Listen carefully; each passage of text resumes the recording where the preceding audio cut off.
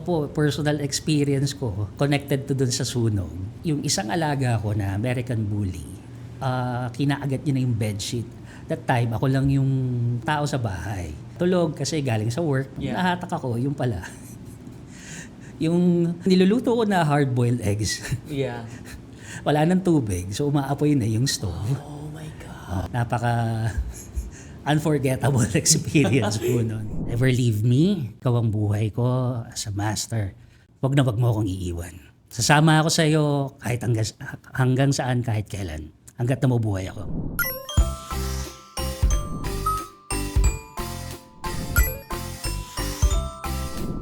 Petmara Podcast. Hi everyone, this is Ira Igarta, your host, and welcome back to the Season 2, Episode 4 of the Petmara Podcast. Where in the show, we will talk about pet tips, pet discussion, and pets' overall health. We want to promote the responsible fur parenting, therefore we want to advocate to give our pet the best nutrition for a lifetime with our major sponsor, Petmara. Today's episode is timely and essential as we enter the Philippine typhoon season. Joining us is PSSG Christian Valenzuela, a Philippine National Police Explosive Ordnance Disposal EOD officer, and he's also the assistant veterinarian. He's here to share expert tips on safety, disaster readiness, and how storms impact not just our families but our beloved fur babies. So welcome to our episode, Sir Christian. Hello po, magandang araw po. Thank you, Sir Ira and Petmara for having me here. Oh, thank you, sir. Maraming salamat po for joining our show, and it's an honor on behalf of the Petmara. It is an honor to have you here sa podcast namin, sir. And I'm pretty sure marami tayong madidiscuss based on your expertise. Yes, sir. So let's just on this podcast, let's just shake it off and feel free to share whatever kung ano po yung experience ninyo, since this is gonna be your story. Okay, sir? Yes, sir. So, kumusta naman kayo, sir? All good po. Ayun. Salamat sa Diyos at binigay niyo sa atin tong araw na to. Grabe naman, napaka-formal naman natin, sir. Sir, before tayo magsimula, gusto ko lang pong linawin na sobrang bakla ako. Kasi naman nakikita ko si sir ngayon, yung pormahan niya, very parang, kaya pwede ba ako maging bakla? All good po. All good naman, sir. All good po. Accepted naman na po yan ng ating society. Napaka-open na po ngayon ng generation natin. Yes, sir. So, Kumusta naman kayo, sir, sa na meron kayong kalapit ngayon na bakla? Baka naman kasi po, at least palaging, we'll just have a comfort area on this episode. opo, all good po, sir. Wala pong problema. Ayun, I love that. Sige, dahil okay naman kay sir, magbaklaan na tayo. Sige, sir, can you share us about more information about the PNP EOD? Yes po, ang PNP EOD K9 Group, ang pangunahing mandato po namin is to clear explosive threats, act of terrorism, para sa safety and security ng ating mga kababayan. Yep. So your procedure happens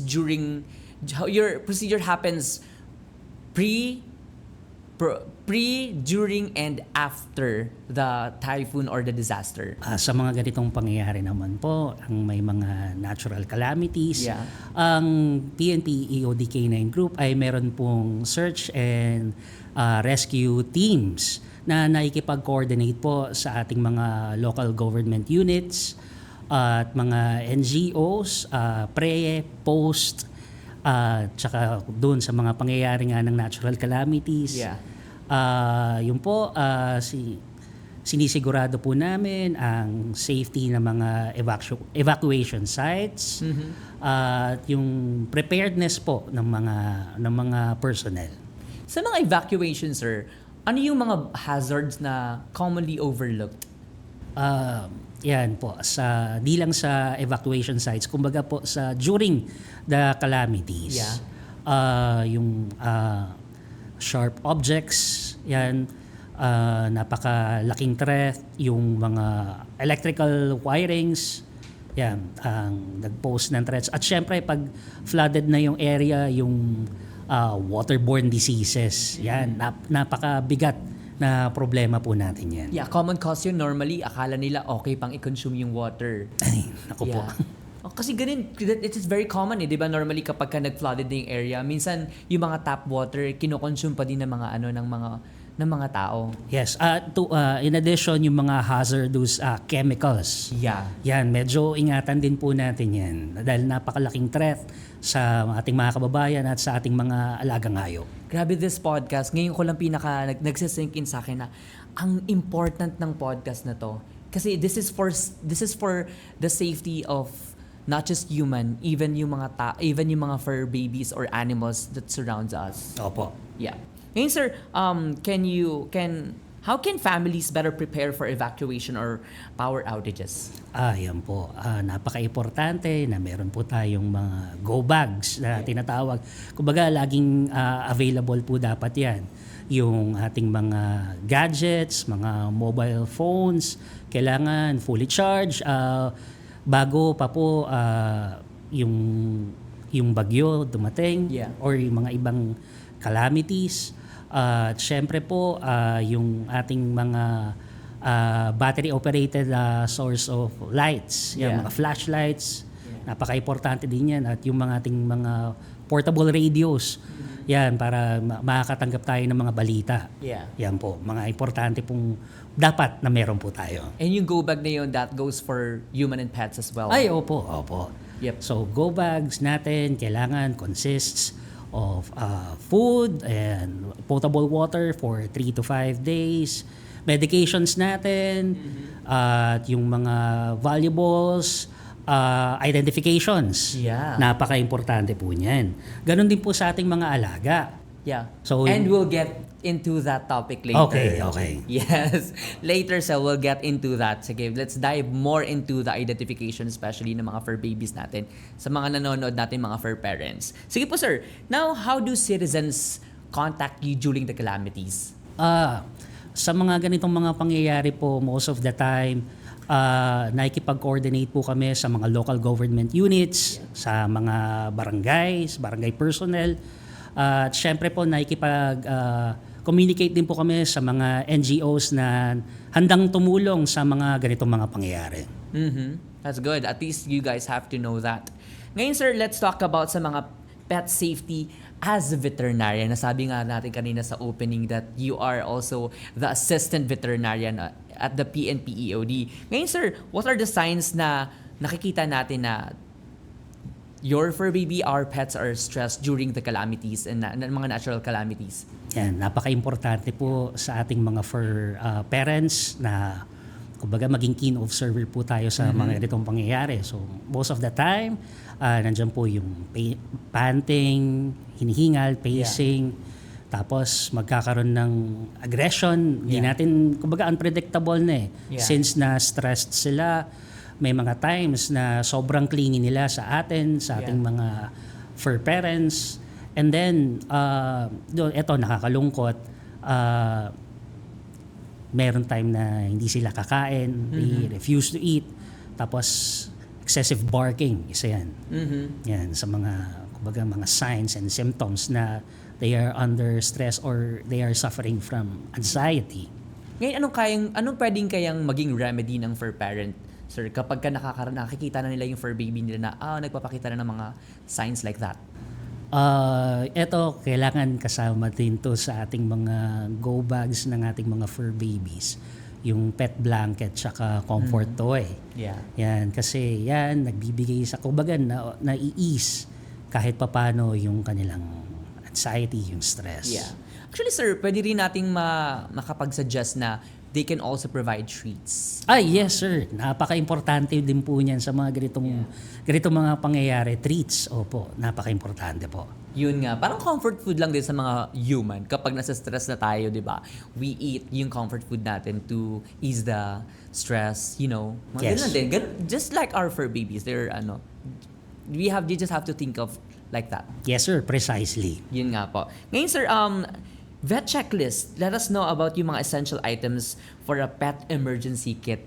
Dito na pag-usapan natin yung mga IDs, something like that. Opo, eto medyo babasahin ko, kailangan detalyado po Yun, ito. I love that. Gusto ko yan. So sa vet checklist, kumbaga yung mga essential items po natin para sa ating mga pet, yung pet food and water, good for 3 to 5 days.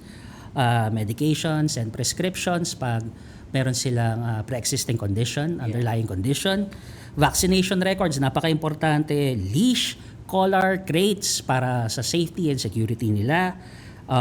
Waste disposal bags, blanket or toy to reduce stress. Syempre, yung mga IDs, yung collar IDs and microchip, napaka-importante. Yes, oh my gosh. Can you tell us more about the microchipping, sir? Opo, kasi ang microchipping isang method na para mas ma-identify natin yung identity ng mga ating mga alaga.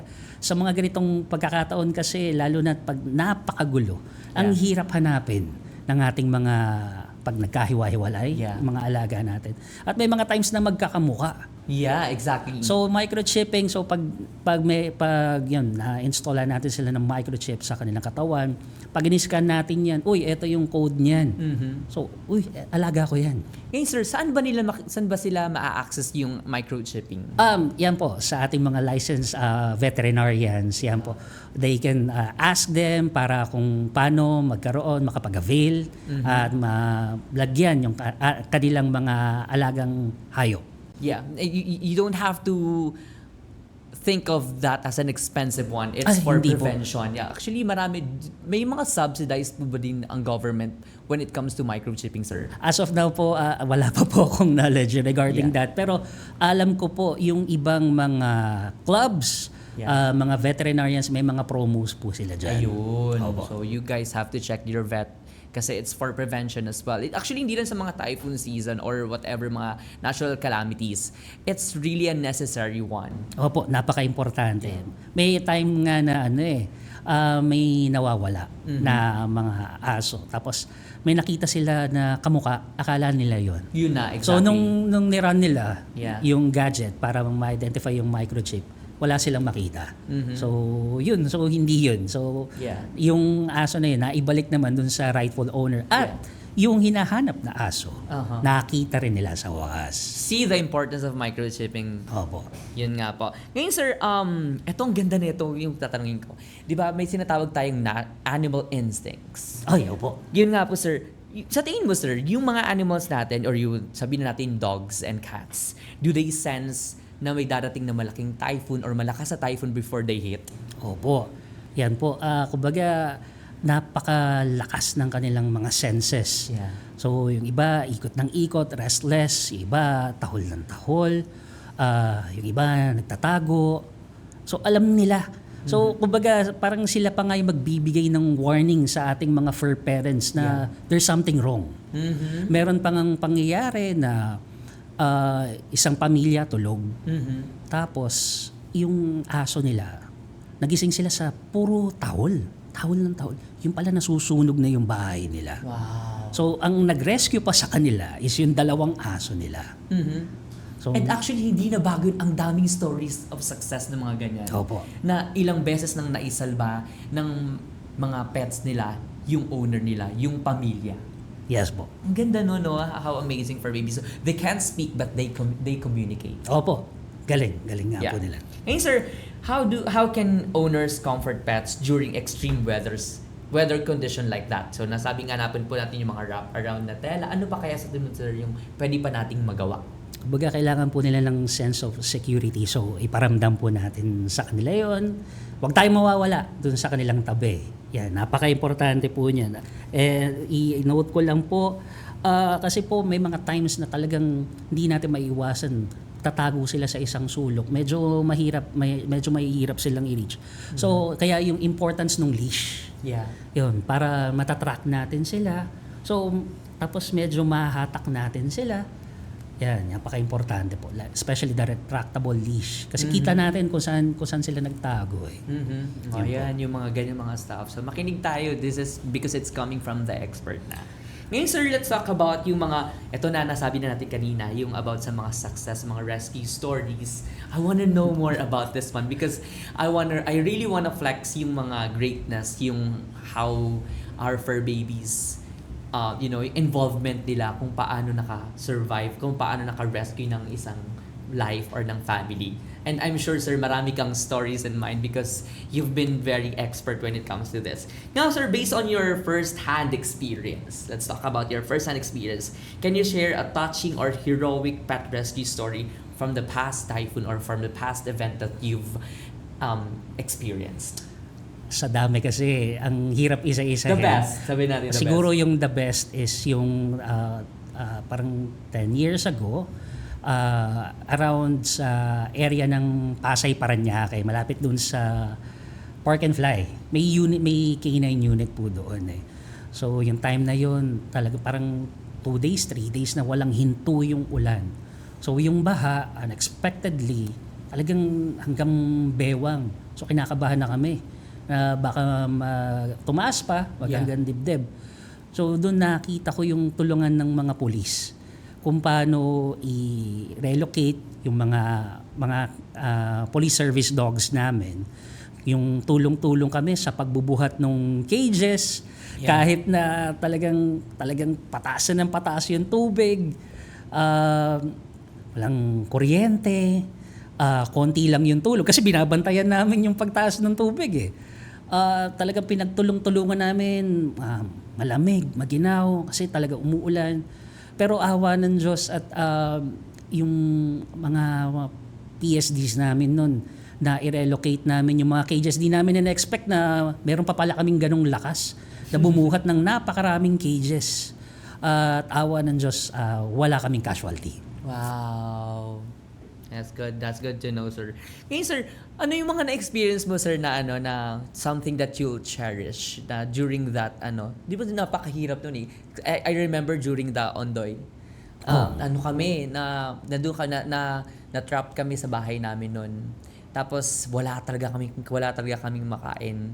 As in, wala kami makain. Nandun kami ngayon sa around QC, and yung area namin dati, sobrang malalim na part siya. Mm-hmm. Tapos, wala kami doon ko pinaka naramdaman na I felt hopeless kasi I thought we're gonna die during that time kasi wala na talaga, as in, and then marami na ring mga namatay na mga kapitbahay namin because of the calamity, and I will never ever forget that experience, but that made me stronger. Kasi marami we survived, and then doon namin nakita na yung pagtutulungan namin ng kapitbahay namin na even though we're not really close, but they helped us. Lubog na yung bahay namin, sir. As in, lubog na yung bahay namin. I remember, matanda na ni lola ko talaga. Tapos, lubog na yung bahay namin and umabot na ng second floor. Tapos, hirap na hirap siya. Of course, matanda na. Kailangan naming lumusot sa butas na na pinakatuktok for us to go dun sa taas ng bubong because we have to go sa may kapitbahay namin dahil may mas mataas silang bahay. But we're not prepared. Mm-hmm. We're really not prepared because we didn't know na tataas ng ganun yung baha. And then we thought we're gonna die because buong parang almost 2 days na kami hindi kumakain. Walang tubig. Oh my gosh. I still remember. Wala kaming tubig. Walang food, walang tubig. And no one to help. Parang ang hirap ng access because the squatters area in Quezon City. Dikit-dikitin yung bahay. Tapos we thought we're gonna die. That's why this one, it's very important because it's for preparation sa mga ganitong mga bagay na the perseverance of people. After doon, they taught us to fight. Then maraming namatay, maraming nawala sa area namin. Pero after nun, doon namin mas pinahalagahan yung buhay. And next time na magkakaroon man ng calamity, doon kami mas naging prepare. So naging aral sa amin. And I hope yung mga stories ng mga tao like that, maging aral din sa atin para hindi na dumating sa moment na dumating emergency at hindi tayo prepared again. So yun po. Yun nga, naging emotional ako sa part kasi hindi ko makakalimutan yung experience. I was still a kid. And yung natatandaan ko, sir, pinaghati-hatian pa namin yung vans. Ang dami namin, nag-evacuate kami sa may pinakamataas na area. Yung vans na, alam niyo sir, yung 6 na vans na magkakadikit. Mm-hmm. And I think doon sa may pinaka-terrace nila, 30 na tao kami. And naghati-hati kami doon. Tapos ang gamit naming pang tubig, yung ulan. Wow. Survival po talaga. No? Yeah. Pero kumbaga sa mga ganitong pagkakataon nakikita natin yung bayanihan ng mga kapwa Pilipino po natin. At yun ang nakakatawa. At sir, kumbaga sabi nga ng mga nakakatanda, may plano pa po ang Diyos sa atin. Kaya magkasama po tayo ngayon sa araw na to. Yes, oh my gosh. Totoo po yan. Ang sarap naman nun. Sarap naman rin dun, sir, na marami pang plano si Lord kaya hindi pa tayo nawala that time. Opo. Even though we felt hopeless. But yeah, I will never forget that. That taught me perseverance. Yes, sir. Yun nga po. So, moving forward, kasi magiging emotional ako talaga, sir, kasi ang dami kong experience. Ngayon, sir, let's talk about, have pets ever saved or warned yes, let's talk about this one, sir. Yung experience mo naman, sir, na na first hand, yung pets ay naka-save or warned families during a storm or calamity, like first hand experience, like ano nangyari na experience na ikwento sa'yo, sir? Kumbaga ito po, personal experience ko. Hindi naman siya kumbaga natural disaster pero connected to dun sa sunog. Yeah. Yung isang alaga ko na American Bully, kinaagat niya na yung bedsheet. That time, ako lang yung tao sa bahay. Tulog kasi galing sa work. Nung kinaagat niya na, so nahatak ako. Yeah. Nahatak ako, yung pala. yung niluluto ko na hard-boiled eggs. Yeah. Wala nang tubig, so umaapoy na yung stove. Oh my God. Ayun. Buti na lang may fire extinguisher kami dun sa Yeah. bahay. Yun. Napaka unforgettable experience po nun. At ito, sumalangit na yung aking aso na si RKCP Hall of Famer, Grand Champion, Hotshot, NPTC champion din siya. Kumbaga sa American Bully, sa classic variety. Ito yung naitawid ko na aso. Kasi I'm an avid fan of bully shows. Yeah. Yun po. So yun yung aking personal experience. Galing no na they save, they really they Opo. really communicate sa mga parts, sa mga stuff like that. Opo. Ngayon, sir, actually yun yung question rin, yung unforgettable experience. Ito naman, sir, let's know about your unforgettable rescue your team has done involving animals. Ayan po. May time na talagang sobrang baha. Nakita namin na talagang yung mga tao hindi na magkanda ugaga. May pagkakataon na naiwan nilang nakakadena yung dogs nila doon sa bahay at tumataas na yung baha. So thankful na naabutan namin. Bago pa tumaas yung baha, may rubber boat that time. So na-rescue namin. Meron pa naiwan nakakulong. Yeah. Cats naman. Yun, awa ng Diyos na naabutan namin. Kasi talagang parang experience mo. Nandun na sila sa pinakatuktok nung ang problema, nakalock yung cage. Yeah. Kaya yun, nabutan namin silang. Yeah. At na-save namin at nakita rin namin yung kanilang mga owners. Yeah. Tuwan-tuwa rin. Yun nga, sir. Ayun yung, siguro message na lang din natin yun sa mga fur parents who's watching. Do not leave your pets unattended. I mean, do not just leave your pets, especially sa mga calamities like that. Opo. Kung alam mo na tinatali mo yung mga fur babies mo, yung mga dogs mo sa labas or whatever, during that time, please, maawa tayo sa kanila. Let's save them. Kasi, alam mo yun, if we need saving, so as them. May Opo. mga ilan tayong mga nakakuha ng mga, like example, pinopost ng mga ng Philippine Animal Welfare, the PAWS, yung mga pinapabayaan ng mga leave behind ng mga dogs and cats sa may kalsada, nalulunod because sa kababayaan din natin. So, ayun, it's also a message na let's be responsible enough. If we adopt a dog or a cat, do not just leave them behind because those calamities can be risky to them as well. So yung mga nalulunod because may mga nakatali pa or iniwanan mismo dun sa cage. So let's be responsible enough.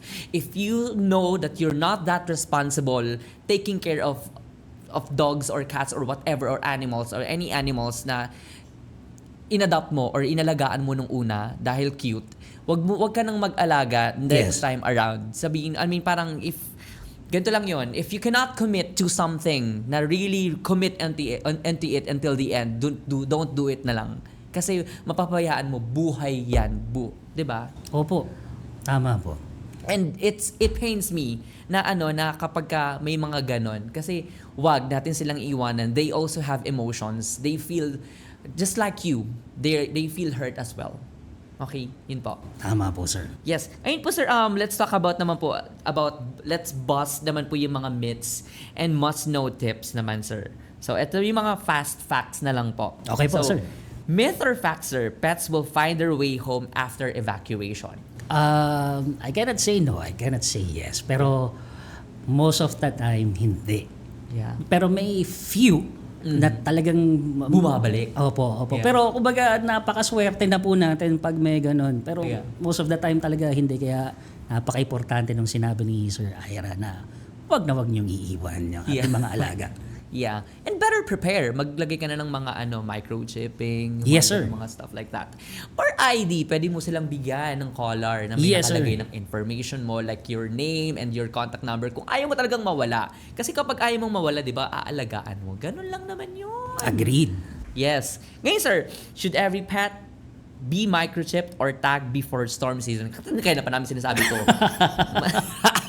Dapat. This question, dapat. Dapat. Hindi siya question. Dapat. Again. Napaka-essential po niya. Yes. So, ito hindi siya question. Every pet should be microchipped and tagged before the storm or kahit walang storm. Opo. Okay? Tama po. Ako na po nagsabi, hindi po ako expert dito sa mga like PNP, EOD, hindi po. Pero ano po siya? Common sense. Tama po, sir. Po, sampal na lang po siguro sa mga fur parents na ganun. Sabi mo, fur parents ka, pet lover ka, tapos pinapabayaan mo yung mga stuff like that. Yung mga small details like that, it's very important, especially sa mga emergencies like this. Yes, sir. Yun po. Medyo maldita po ako sa mga ganun, sa mga fur parents na, fur parents daw sila, tapos hindi ka nagko-commit. Ganon, gagalit ako sa'yo. Ngayon, sir, ito, one safety mistake most pet owners don't realize they are making. Yung kanina, yung leaving them behind. Yeah. Yan, napakalaking pagkakamali. Kung talagang wala tayong capacity na talagang mabitbit sila, Yeah. so at least release natin sila sa pagkakatali, sa cages. Siguro yun na yung most na magagawa natin kung talagang kailangan na natin iligtas ang ating mga sarili. Yeah, kasi may mga pagkakataon po ba, sir, na hindi po tinatanggap ang mga pets dun sa sa isang evacuation area? Wala pa naman po kung na-encounter na ganyan.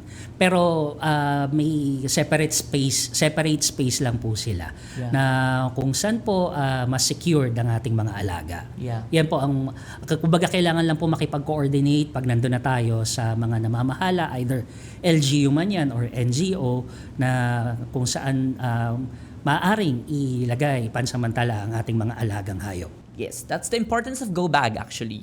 Yun na sa mga dadali mo pagka-evacuation, sa mga evacuation center. If we have to bring them, we really have to bring them. At least naka-ready sa iyo yung mga yung passport nila at for a proof na na they're being vaccinated, fully vaccinated. Yes, sir. Ganun Napaka-importante. po. Sa mga stuff like that. So, at least po tayo sa mga areas na hindi natin maiwasan dahil yung area po talaga natin ay hindi maganda. So, mabilis mag-flood yung area. May go bag ka. So, better prepare for that one. Okay po? Sa mga nakikinig, important talaga sa ito. Nagigil ako sa'yo. Nagigil ako. Okay po. Now, do pets need protective gear sa tingin mo, sir? Like yung mga vests, boots, ganun sa mga like instances like this? Yes, sir. Napaka-importante po niyan. Yung boots para maiwasan natin na matibo dun sa mga sharp objects. Vest kung meron siyang floating device. Kasi yun nga, pag bumabaha, hindi, kumbaga, although na yung mga dogs, they are good swimmers but not all the time and not all breeds. Yeah. Especially yung mga medyo may katawan. Or small. Yun. Tapos, syempre kailangan i-consider din natin yung age factor. Yeah. Yan, merong sobrang bata, mga puppies, hindi pa nila kaya lumangoy. Meron naman sobrang, kumbaga senior dogs na. Yeah. So, kumbaga parang tao rin. Yeah.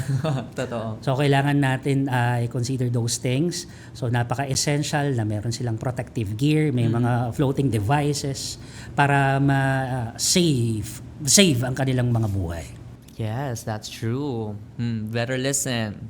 Next po natin, sir, let's talk about yung mga advocacy naman po and how listeners can help. So, ito naman po yung engagement ng mga tao na gusto lang na tumulong o yung mga ganun mga stuff like they wanna participate on something and would they wanna advocate on something katulad po natin. Ngayon, sir, how can listeners support animal rescue efforts or pet shelters sa tingin mo, sir? So may list po ako dito, so kailangan ko siyang basahin Yes, para let's medyo go. detalyado. Ayan. Kahit basahin mo yun, sir, lakasan mo para masampal sa kanilang information. So napaka-importante na mag-donate po tayo ng food, pet food, crates, blankets, syempre funds sa local animal shelters, sa mga LGUs and NGOs. Kung kaya natin, mag-volunteer din po tayo doon sa mga cleanups after naman po ng mga ganitong kalamidad. Ayun, yung mga bagay na kaya nating magawa. Okay po. Ngayon, sir, are there any local volunteer programs or donation drives for typhoon response na pwede po nating ma-share sa ating mga viewers para lang, okay, eto na, binigay na natin sa kanila. Ayun po, katulad ng sinabi ko po kanina, yan, makipag-coordinate po tayo sa mga LGUs, Yeah. mga NGOs, especially sa kinabibilangan ko po, ang mga mason po ng Most Worshipful Ground Lodge and Free Accepted Masons of the Philippines. Yan po, isa po sa mga tumutulong po yan sa mga ganitong events, mga ganitong calamities. Yeah. Yan, kailangan po naikipag-coordinate po tayo dyan sa, meron din tayo, sorry kung babanggitin ko, POS. Yeah, I mean, go on, sir. Well, this is a comfort area. Yes, And, Pet Cara. Yeah, Yan. yung mga ganun po. At kung meron po akong hindi nabanggit, pasensya na po. Pero yun po, kung alam niyo po, yung mga ibang organizations. Meron pa po pala yung aking veterinary organization, yung Society for the Advancement of Veterinary Education and Research. Meron po kami mga alumni members at meron po kami mga residents, mga veterinary students. Yan po, makipag-coordinate din po kayo sa kanila at malaki ang aming maitutulong po. Wow! Oh my gosh, that information. Thank you, sir. Thank you for letting us know. Ngayon, sir, sa tingin mo, sir, what message from the PNP-EOD to the public this typhoon? Ano po yung pinaka-mensahe ng PNP-EOD? Maging aware po tayo sa ating mga paligid, makinig, manood ng balita, kasi kumbaga lamang ang may alam. Yes. Yung mga phones natin may mga warnings naman na yan eh. So kailangan cautious po tayo doon sa mga ganong warnings. Sa mga naninirahan, sa mga flood prone areas, makinig po tayo sa anunsyo ng mga barangay personnel. Yeah. Kung nananawagan na po sila na kailangan ng lumikas, makinig po tayo, lumikas na po tayo. Kasi may na-encounter po kami na talagang siguro dahil sa pagmamahal nila sa kanilang mga properties, hindi nila maiwan. Pero kumbaga mas pahalagahan po natin yung buhay. Ang buhay, that's true. Opo. Nakarelate ako sa sinabi mo na yun, sir. Yan yung dahilan kung bakit kami natambak doon sa second floor at muntikan na kaming mamatay. Kasi talaga yung sinabi, ay hindi, sinabihan na nga ng barangay na orange rainfall warning signal na ganyan or naging red na next time. Hindi, kaya pa, hindi pa kami namamatay. O ganyan. Halos mamatay kami kung sino-sinong santo na yung tinawag namin noon para lang ma-rescue kami, kaya lang ang dami nang nire-rescue that time. So parang ang dami, syempre limited lang po ang nagre-rescue, hindi po nila kayang magawa lahat-lahat ng mga yon. Hindi po tayo nakinig nung unang-una pa lang ngayon. Wag po nating antayin na mahuli na ang lahat. Yes, sir. Yun, thank you, sir. Oh my gosh, ang dami ko natututunan, nare-recall ako! Nare-recall ako ng tigas ng ulo ng pamilya ko po. Ngayon, sir, sa tingin mo, sir, ano yung role ng influencers and brand in spreading awareness like this one, yung ginagawa ng Petmar? Ano, sir, sa tingin mo po? Napaka-importante po ng mga influencers. Pero kailangan ma-filter po natin. Kumbaga may sinasabi nga sila na good and bad influencers. Yep. So kumbaga, eto, sa mga ganitong programa, napakalaking tulong po. Sorry po, babanggitin ko lang, kailangan banggitin bilang pulis. Iwasan po natin yung mga influencers na nagpo-promote ng sugal. Period! Ayun, ang ganda nun actually. Saka, yung gamitin lang natin po ang ating pong platform para sa ikabubuti po at ika-i-influensya ng other people din. Katulad po ng ginagawa ng Petmara ngayon. Yes, sir. We're using this podcast to inform other people. So, yun po. It's a good influence. Yes, sir. Yes. Next mo natin, sir. This is gonna be a quick round. So, para siyang parang Anong ginagawa ni Boy Abunda? Ano yun yung, pasok! Sorry, ang ingay. Ngayon, sir. I have to brace myself ba dito? Hindi naman. Okay po, okay. Ngayon, sir, ito parang i-wrap around lang natin ng medyo fun lang yung way natin. Kasi, I mean, it's the whole podcast. It's fun because ang dami natin natutunan. So, i-wrap around lang natin ng mas masaya siya, sir. Yes, Ngayon, sa tingin mo, sir, top 3 pet items in an emergency kit. Food, water, medications. Yon. Ngayon, sir, one underrated survival tip. Quick, no? Pero siguro, Ako, sir, sabihin ko, huwag matigas ulo. yun. Makinig sa mga anunsyo. Yes! Ngayon, sir, if your dog could talk during the typhoon, what would it say? Never leave me. Oh my God. Yes, kumbaga ikaw ang buhay ko as a master. So, wag na wag mo akong iiwan. Sasama ako sa iyo kahit hanggang saan, kahit kailan. Hanggat na mabuhay ako. Ang ganda! Ang ganda naman! Ang galing mo naman, sir. Ang sarap-sarap naman. I mean, ang ganda ng naging naging discussion natin. And it is an honor, sir, to interview you. Likewise po, sir. It is my honor and pleasure for having me here po. Sir, ang dami po namin natutunan and I'm sure marami po sa mga viewers natin ang natuto from this podcast. They Hopefully. really should watch this because it's gonna be short but it's gonna be a sweet message to everyone. Yun Yes, po. sir. So, ayun po, maraming salamat sa mga nanood. If you like this video and you want to see more, make sure to follow the Petmar Podcast. Sa amin po, meron din po kaming community page at Petmar Family para sa mga announcement po natin. Or if you wanna share a topic na gusto nyong ma-discuss namin in the future, let us know. And of course, may mga natutunan ka. Anong pinaka-favorite topic mo dito naman na na-discuss namin? Let us know in the comment section. Ngayon po, don't forget to give us like and subscribe to our channel. And see you on the next one. Mwah! Bye!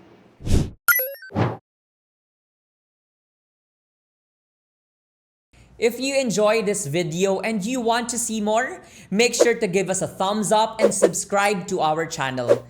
Are you looking for a pet community page where you can share your concerns and story suggestions for our future episode? Don't forget to join us on our Facebook community page at Petmara Family and follow us on our socials at Petmara. I hope you enjoy this exciting episode and I hope to see you on the next one.